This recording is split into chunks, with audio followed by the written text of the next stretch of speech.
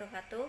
Kami dari kelompok 13 akan mempresentasikan hasil kelompok kami tentang konflik dan stres kerja. Sebelumnya, saya akan memperkenalkan nama anggota kelompok kami, yaitu saya sendiri, Syafira Putri Mesya dengan nomor BP 19101155310580. Kemudian ada Rido Prawira Negara dengan nomor BP 19101155310722. Selanjutnya ada Nia Ulfa Aulia dengan nomor BP 19101155310861.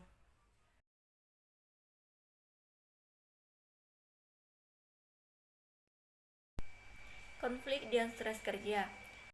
Yang pertama ada konflik. Konflik berasal dari kata kerja Latin yaitu configere, yang berarti saling memukul. Secara sosiologis, konflik diartikan sebagai suatu proses sosial antara dua orang atau lebih, bisa juga kelompok, di mana salah satu pihak berusaha menyingkirkan pihak lain dengan menghancurkannya atau membuatnya tidak berdaya. Konflik juga dapat diartikan sebagai hubungan antara dua pihak atau lebih, individu atau kelompok, yang memiliki tujuan atau kepentingan yang berbeda. Konflik biasanya dilatar belakangi oleh individu maupun kelompok karena ketidakcocokan atau perbedaan pendapat dalam hal tujuan yang akan dicapai.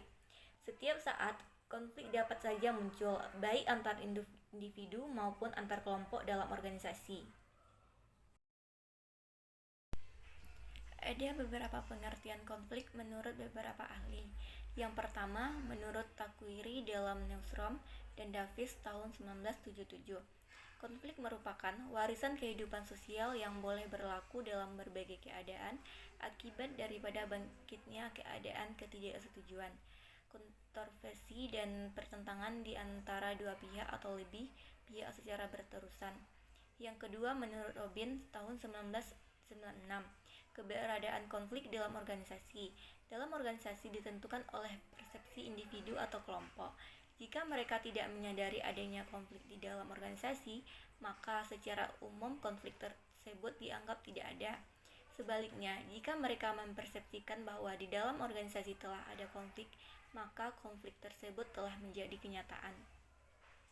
Yang ketiga, konflik dalam organisasi. Sering terjadi tidak simetris, terjadi hanya satu pihak yang sadar dan memberikan respon terhadap konflik tersebut, atau satu pihak mempersepsikan adanya pihak lain yang telah atau akan menyerang secara negatif menurut Robin 1993. Penyebab konflik, yaitu ada faktor manusia, antara lain ditimbulkan oleh atasan, terutama karena gaya kepemimpinannya. Kemudian personil yang mempertahankan peraturan-peraturan secara kaku. Kemudian timbul karena ciri-ciri kepribadian individual, antara lain sikap egoistis, temperamental, sikap fanatik, dan sikap otoriter. B. Faktor organisasi, yaitu perbedaan tujuan antar unit-unit organisasi. Kemudian persaingan dalam menggunakan sumber daya. Kemudian interdependensi tugas. Kemudian perbedaan nilai persepsi. Kemudian kekaburan yurisdiksional, dan kemudian masalah status, dan yang terakhir hambatan komunikasi. Dampak konflik. Efek negatif yaitu menghambat komunikasi, mengganggu kerjasama atau teamwork, mengganggu kohesi, keeratan hubungan, mengganggu proses produksi, bahkan dapat menurunkan produksi, menumbuhkan ketidakpuasan terhadap pekerja. Individu atau personil mengalami tekanan yaitu atau stres. Efek positif dari konflik. Membuat organisasi tetap hidup dalam dan harmonis. Kedua, berusaha menyesuaikan diri dengan lingkungan. Tiga, melakukan adaptasi sehingga dapat terjadi perubahan dan perbaikan dalam sistem dan prosedur, mekanisme, program, bahkan tujuan organisasi. 4. Memunculkan keputusan-keputusan yang bersifat inovatif. 5. Memunculkan persepsi yang lebih kritis terhadap perbedaan pendapat. Tingkatan konflik. 1. Konflik intra-individu. 2. Konflik antar individu. 3. Konflik antar kelompok. 4. Konflik antar organisasi. Cara mengatasi konflik yaitu pengenalan, pelaksanaan, evaluasi, rujuk, persuasi, tawar-menawar, pemecahan masalah terpadu, penarikan diri, pemaksaan dan penekanan. Selanjutnya, stres kerja. Pengertian stres kerja yaitu adalah suatu kondisi yang dinamis saat seorang individu dihadapkan pada peluang, tuntunan, atau sumber daya yang terkait dengan apa yang dihasratkan oleh individu itu dan yang hasilnya dipandang tidak pasti dan penting secara khusus.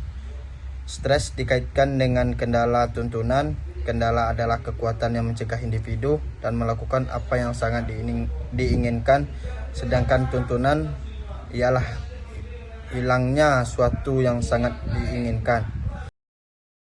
Jenis stres. Respon terhadap kerja dapat berupa stres positif, eustress maupun negatif di stres.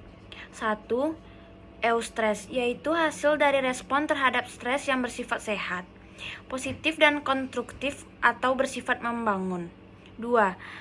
Distress, yaitu hasil dari respon terhadap stres yang bersifat tidak sehat, negatif dan destruktif atau bersifat merusak. Faktor penyebab stres kerja. Terdapat 2 faktor penyebab atau sumber memicunya stres kerja, yaitu faktor lingkungan kerja dan faktor personal.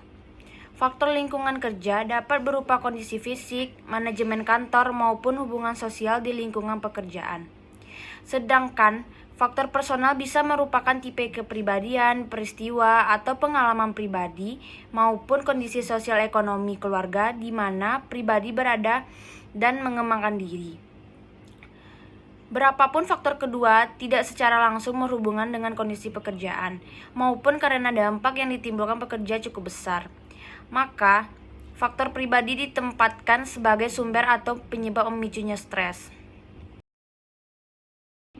Ada beberapa faktor penyebab stres. 1. Tidak adanya dukungan. 2. Tidak adanya kesempatan berpartisipasi dalam perbuatan keputusan di kantor.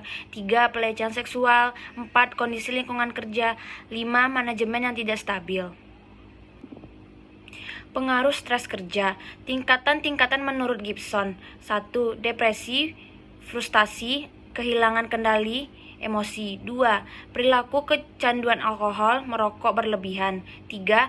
Tidak dapat membuat masuk akal, daya konsentrasi rendah, kurangnya perhatian. 4.